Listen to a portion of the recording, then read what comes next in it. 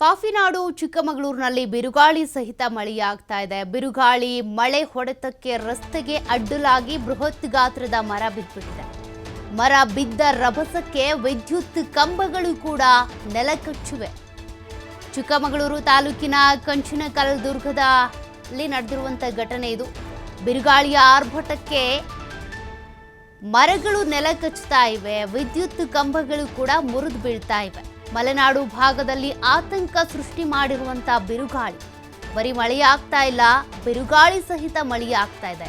ಬಿರುಗಾಳಿಯಿಂದಾಗಿ ಅವಾಂತರಗಳ ಸರಮಾಲೆಯೇ ಕಂಡು ಬರ್ತಾ ಇದೆ.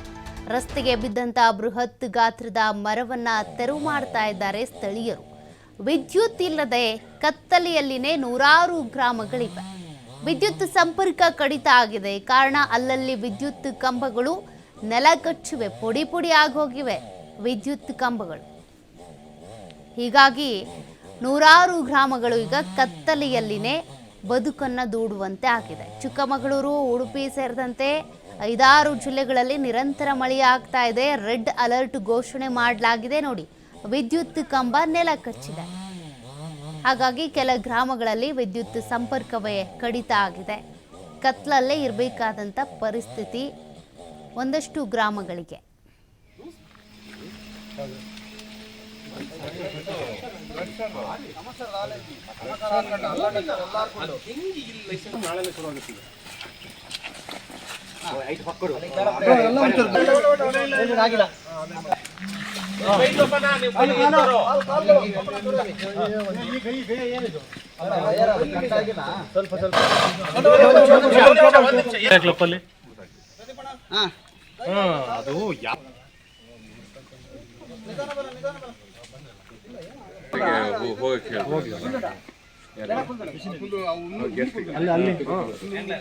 ಅಯ್ಯೋ, ಅವ್ರು ಬೆಳಗ್ಗೆ 5 ಗಂಟೆಗೆ ಹೋಗ್ತೀವಿ, 5 ಗಂಟೆ 6 ಗಂಟೆಗೆ ಹೋಗಿ ಅಂತ.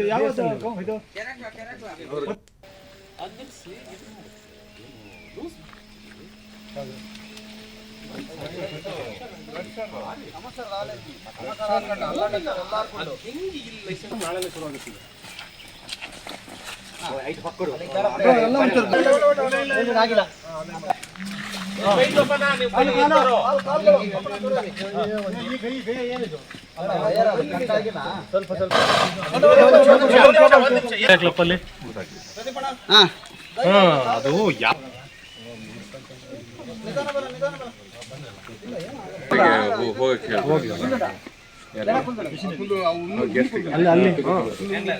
ಅಯ್ಯೋ, ಅವ್ರು ಬೆಳಗ್ಗೆ 5 ಗಂಟೆಗೆ ಹೋಗ್ತೀವಿ, 5 ಗಂಟೆ 6 ಗಂಟೆಗೆ ಹೋಗಿ ಅಂತ.